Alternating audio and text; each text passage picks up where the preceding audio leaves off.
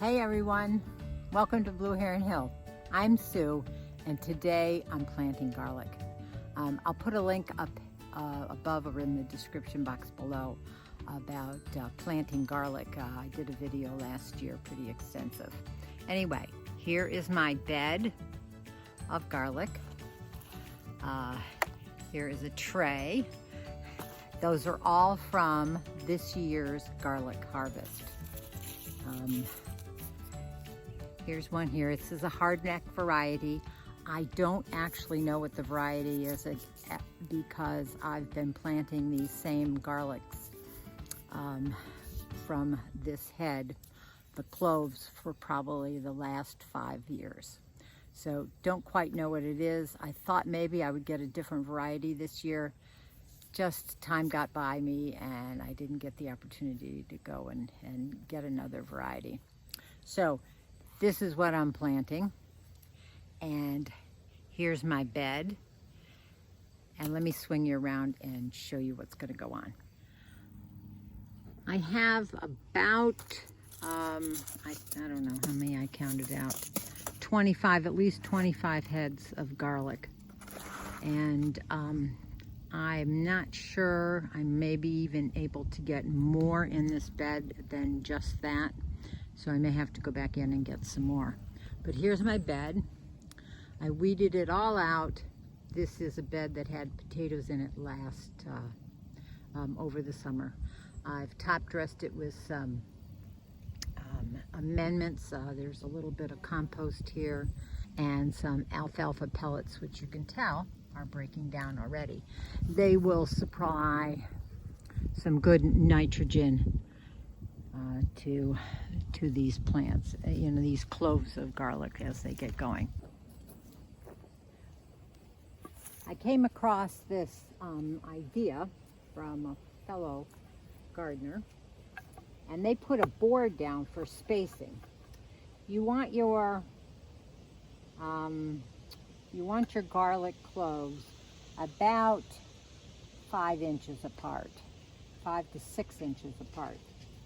So if you put this board down like this, and you can mark it exactly that distance, dig your holes, put your cloves in at the correct intervals, and this is a 2x4, and just take it and turn it over, and you have the correct spacing for the next row. So I thought, oh, magnificent. I'm going to give that one a try. Better than bringing a tape measure out. Anyway, you get the maximum amount of plants in your space. And this is a 4 by 8 foot bed. And this 2x4 fits in very nicely. And that's the way I'm going to do it. So let's get planting.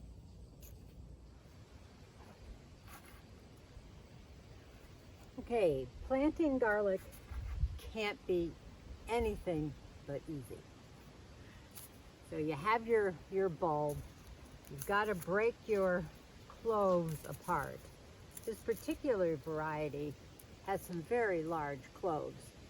I picked the heads that were the longest, I picked the heads that were the biggest of my harvest to use. All you need to do is break them apart. I don't even take the paper wrappings off of them. That bulb is going to push up a sprout right through. This is the root end. It's going to push up a sprout right up through the top there. And the paper covering is not going to impede that at all. So I usually take the end and I'll put it right on my row,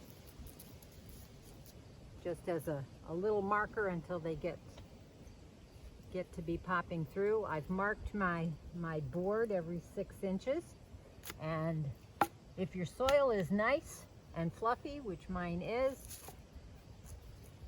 you're just going to push the clove root side down at least at least 4 inches, 4 to 5 inches down. And on to the next one. Not much else to it but that. And you just let it go and it grows.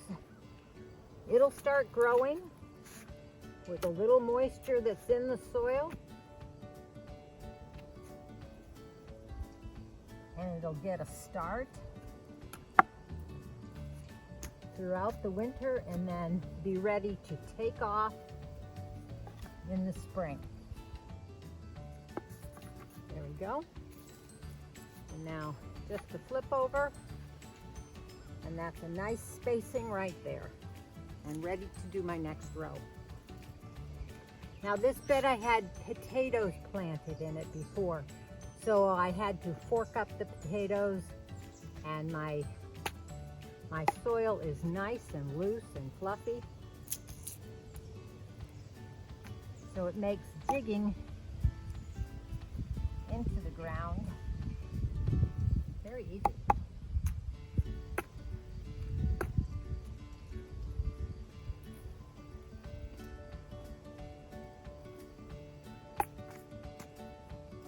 Okay, so on I go, and I'll bring you through. I'll get all of this planted, and we'll be back.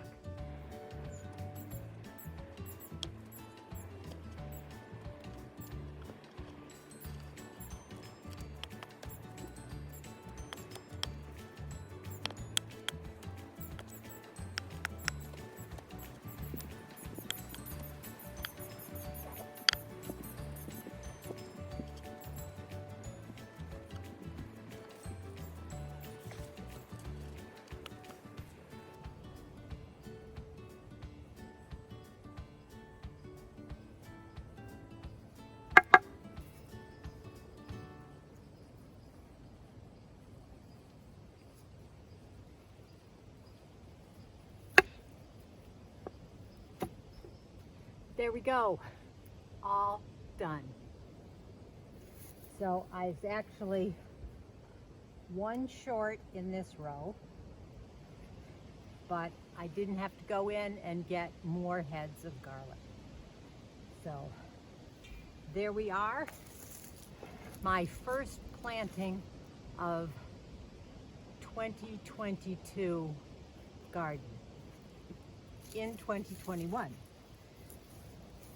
So pretty nifty that I've already started planting for next year harvest.